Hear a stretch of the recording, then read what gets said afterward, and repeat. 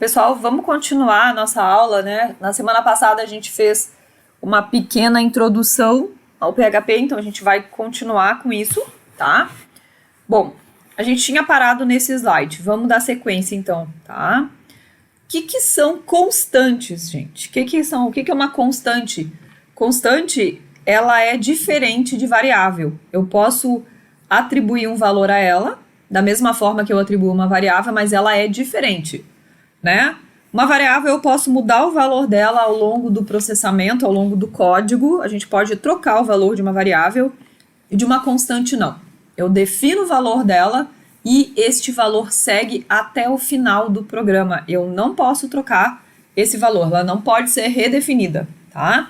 A forma de definir uma constante é diferente da forma que a gente define uma variável. A gente usa uma função, a função define, ok? E tem mais uma diferença, o nome de constante não vem acompanhado, né, na frente por um cifrão. Então essa é uma diferença, são duas coisas bem diferentes, né, da forma como a gente faz com uma variável. Vamos ver um exemplo aqui? Aqui eu tenho um exemplo, né, eu tenho duas constantes definidas. A primeira é a constante nome e a segunda é a constante pi.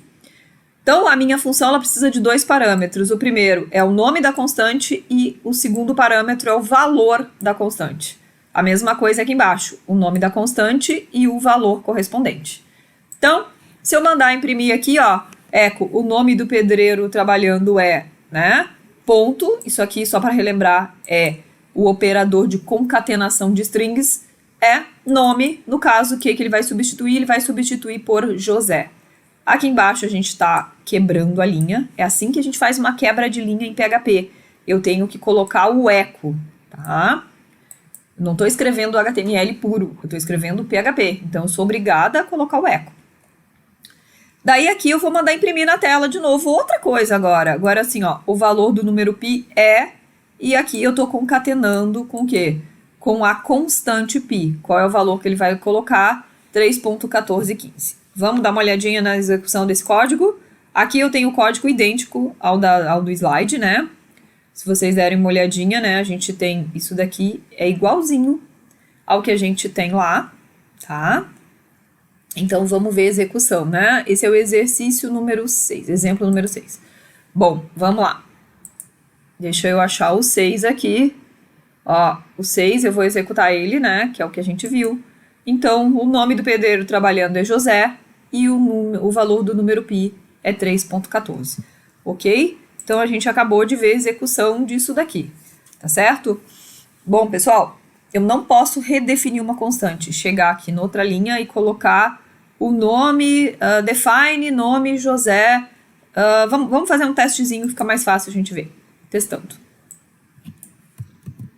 Olha só, eu vou redefinir, vou botar Maria, tá? Então, eu estou tentando redefinir o valor da constante nome. O que será que vai acontecer? Vamos rodar o nosso código. Olha aqui, deu um erro. O que ele diz? Constante nome already defined, ou seja, a constante nome já está definida. Então, eu não posso redefinir ela novamente, tá? Não posso redefinir. Então, dá erro realmente, tá ok? Diferente de uma variável que eu posso mudar os valores quantas vezes eu quiser. Bom, vamos adiante então. Aqui eu deixei dois exercícios para vocês tentarem fazer. Não é para entregar esses exercícios, tá? Esses exercícios, eles são só para a gente tentar fazer um pouquinho do que a gente viu até agora, ok? Bom, vamos lá. Operadores, pessoal. Operadores de atribuição. Os operadores aritméticos, né? Esses aqui vocês têm uma boa noção já do Portugal. Nada é muito diferente do que a gente... né? Em quase todas as linguagens, os operadores aritméticos são idênticos, né? São os mesmos. O único que muda, às vezes, de uma linguagem para outra é esse daqui. Operador de módulo. Opa! O que é operador de módulo? Ele calcula o resto da divisão inteira. Acho que vocês aprenderam isso. Na verdade, eu tenho certeza que vocês aprenderam isso em Portugal. Eu só realmente não me lembro não sei, né? Se o operador de módulo era o mesmo do PHP, tá? Mas a gente vai ver um exemplo já disso aqui funcionando. Os operadores de incremento e decremento, olha aqui, ó. Esses aqui eu boto numa única linha. eu vou colocar lá, por exemplo, né? Tem uma variável de vale 5. Na linha seguinte, eu boto A++, né? Se a variável valia 5, após a execução do A++, ela passou a valer 6, tá?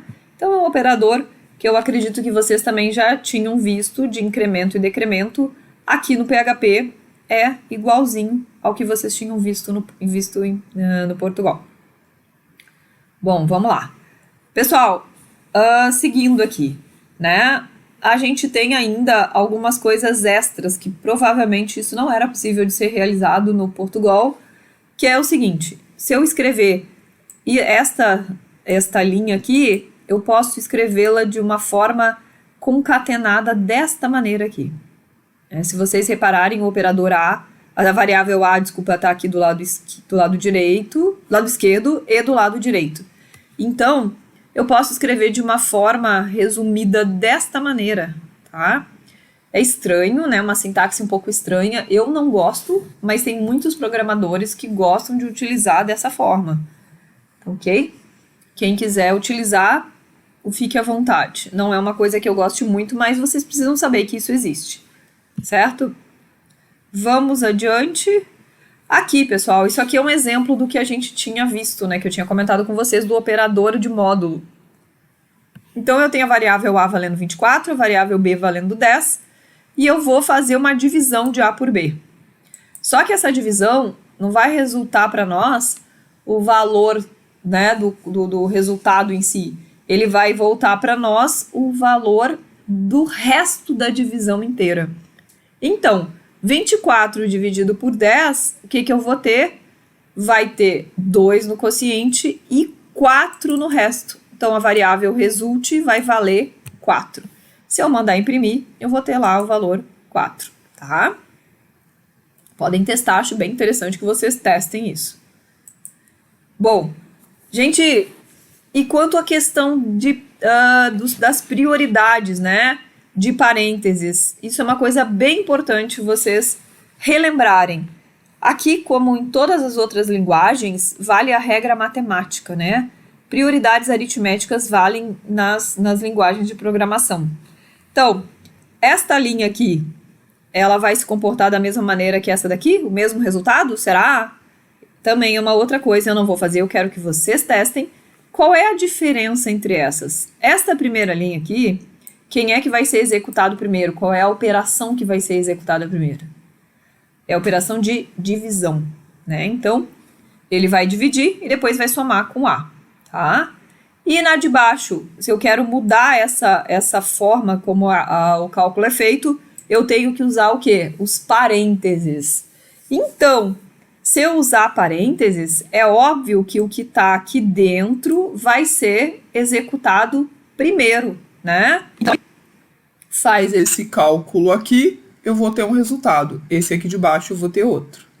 Porque eu usei os parênteses para mudar a prioridade das operações, ok?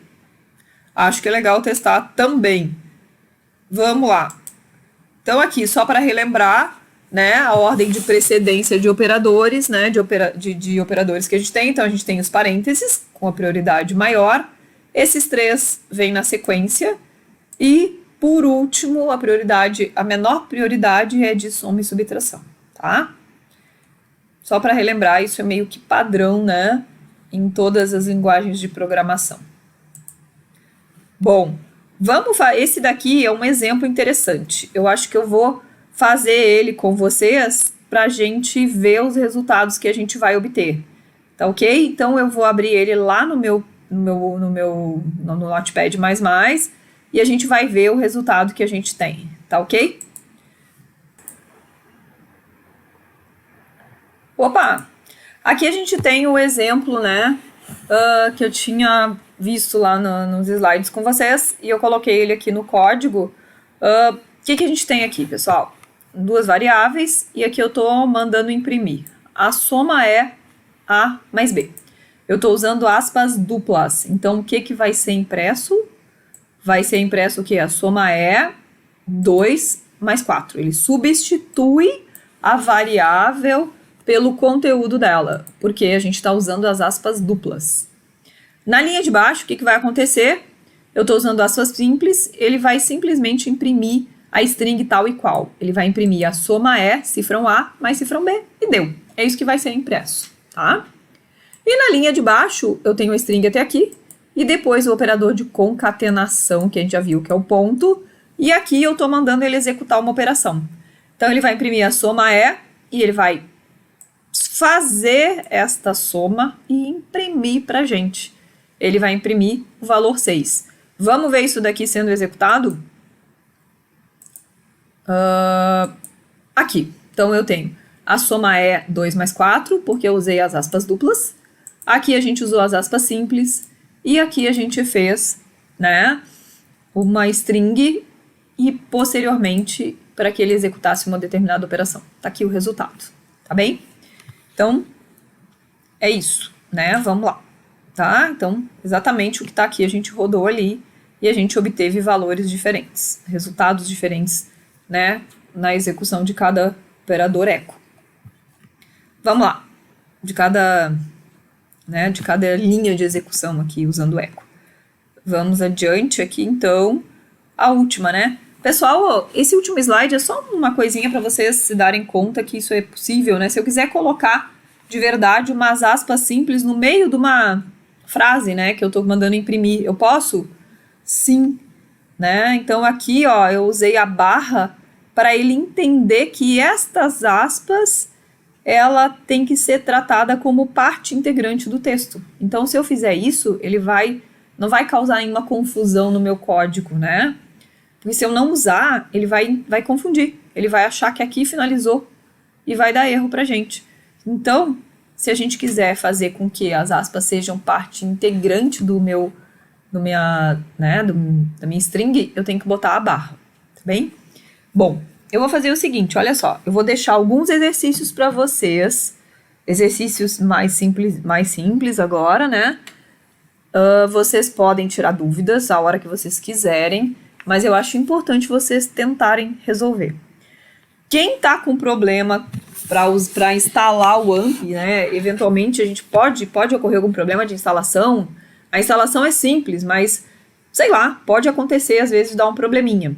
Eu vou deixar uma forma, não vou botar hoje ainda, mas no máximo até o final da semana eu coloco um link para vocês que vocês podem fazer, vocês podem usar para rodar os programas de vocês uma outra forma alternativa. Não é a ideal, tá? É só uma forma que, como a gente não está tendo aula presencial, eu não tenho tanto como resolver os problemas de vocês em casa, né? Nem como ajudar.